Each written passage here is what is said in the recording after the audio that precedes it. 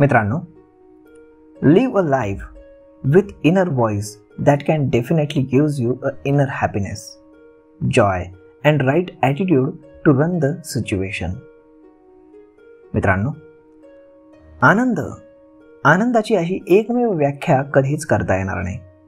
कारण प्रत्येकाचा आनंद हा वेगळा असतो. वेगवेगळ्या गोष्टींमध्ये तो लपलेला असतो. मला ज्या गोष्टीतून आनंद मिळेल गरजेचं नाही समोरच्या माणसालाही त्याच गोष्टीतून आनंद मिळायला हवा. जसा आनंदाचा माणसागणिक फरक पडतो तसंच तो मिळवण्याचा टिकवण्याचा प्रत्येकाचा प्रयत्नही वेगळा असतो. काही जण आपला आनंद स्वतःमध्ये शोधू पाहतात, तर बऱ्याच लोकांचा आनंद हा इतरांवरती परिस्थितीवरती अवलंबून असतो. यातून होतं काय, ती परिस्थिती आल्याशिवाय तसं काही घडल्याशिवाय ती व्यक्ती आनंदी होतच नाही.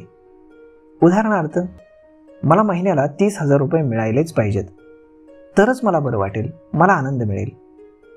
एका डॉक्टरच्या किंवा थेरपिस्टच्या दृष्टिकोनातून माझ्या क्लायंटला बरं वाटलं, मी त्याला बरं केलं तर मला त्याचा आनंद मिळेल, तरच मी एक चांगला डॉक्टर म्हणून घेईल स्वतःला अशा कंडिशन्स घातल्यामुळे आपण स्वतःच आपल्या आनंदाला मर्यादा घालतो. कारण परिस्थिती काही पूर्णपणे आपल्या हातामध्ये असत नाही. बऱ्याचदा गोष्टी मनाविरुद्ध होतात.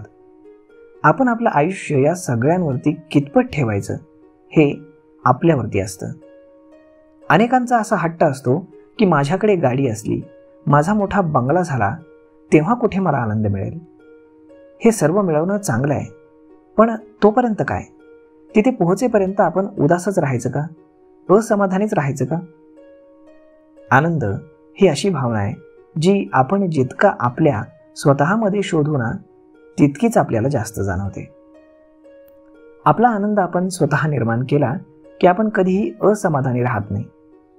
या दोन्ही गोष्टी तशा एकमेकांशी कनेक्टेड आहेत. जेव्हा व्यक्ती आहे त्या परिस्थितीमध्ये समाधानी राहायला शिकते, त्याबद्दल कृतज्ञ असते, वेळोवेळी आजूबाजूच्या गोष्टीचा आनंद घेऊ लागते. अगदी झाडाला सुद्धा नवीन फुलं आली तरी एखाद्याला आनंद होतो. पहिल्या पावसाच्या सरींनी देखील मन प्रसन्न होतं. कमी गरजांमध्ये देखील व्यक्ती सुखी आनंदी राहते. हे सर्व आपल्या दृष्टिकोनावर आहे. जितकं आपण स्वतःमध्ये आनंद शोधू लागू ना तेवढेच आपण समाधानी राहू. तेवढी परिस्थिती आपल्याला आनंद देईल आणि आपण त्यासाठी इतरांवरती अवलंबून राहणार नाही. यासाठी आपण आपला आनंद कसा निर्माण करू शकतो याचाच विचार करा.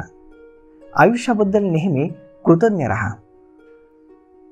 तर मग मित्रांनो, अशा पद्धतीनं स्वतःचा आनंद तुम्ही स्वतःमध्ये शोधा.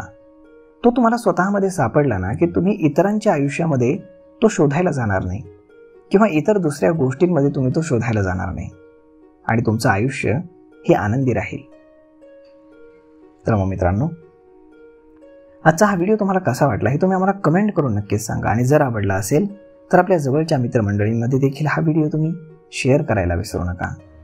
आणि हो, जाता जाता तुम्हाला एक गोष्ट सांगतो, आयुष्य खरंच खूप सुंदर आहे. चला अजून सुंदर बनवूयात. धन्यवाद.